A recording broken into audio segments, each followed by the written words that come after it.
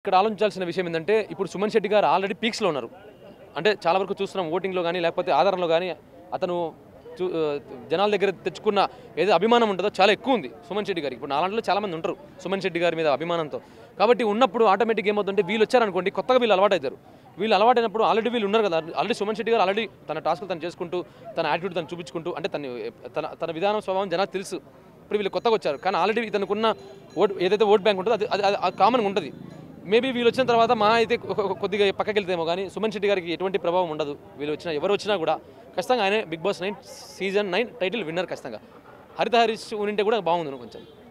అది నాకు ఎందుకో ఫేర్ అనిపించట్లేదు ఆయన ఎలిమినేషన్. ఏమో మరి అలాంటి వ్యక్తులు ఉండాలి కదా, కొంచెం ఏదైనా హీట్ ఉండేది గేమ్లో. కొంచెం ఇంకా ఆయన చూడడానికి కూడా జనాలు చూసేవాళ్ళు బాగా ఏందని చెప్పేసి. ఎప్పుడు సంజన గారితో గొడవ పడ్డమే జరిపింది ఆయన కూడా ఉన్నంతకాలం. ఏమో మరి నాకైతే అన్ఫేర్ అనిపిస్తుంది. మరి ఆయన వైల్డ్ కార్డులో మళ్ళీ ఆయన కూడా ఎంట్రీ చేయాలి. మీరు అన్నట్టు దివ్యల మాధురిని అన్నారు, అలక్కే చిట్టి పిలుచుకోవాలన్నారు. అదేవిధంగా ఏదైతే ఇప్పుడు మన మాస్క్ మ్యాన్ వెళ్ళిపోయాడో ఖచ్చితంగా మళ్ళీ మాస్క్ మ్యాన్ రావాలి. అలాంటి వాళ్ళు ఉండాలి కొంచెం. ఏదో మీరు అనుకుంటారు నా స్వభావం ఇలాంటిది, అరుస్తుంటాడు ఊరికే, స్వభావం అది. ఇప్పుడు అలా ఉన్నప్పుడు మనసు మాత్రం వెన్న ఉంటుంది ఖచ్చితంగా అనేది. కాబట్టి అలాంటి వ్యక్తులు మళ్ళీ వైల్డ్ కార్డ్ ఎంట్రీ ఖచ్చితంగా రావాలి. నిండు చంద్రుడు ఒకవైపు చుక్కలు ఒకవైపు అన్నట్టు ఉంటాడు ఆయన. కాబట్టి అలాంటి వ్యక్తులు ఉండాలి ఖచ్చితంగా బిగ్ బాస్.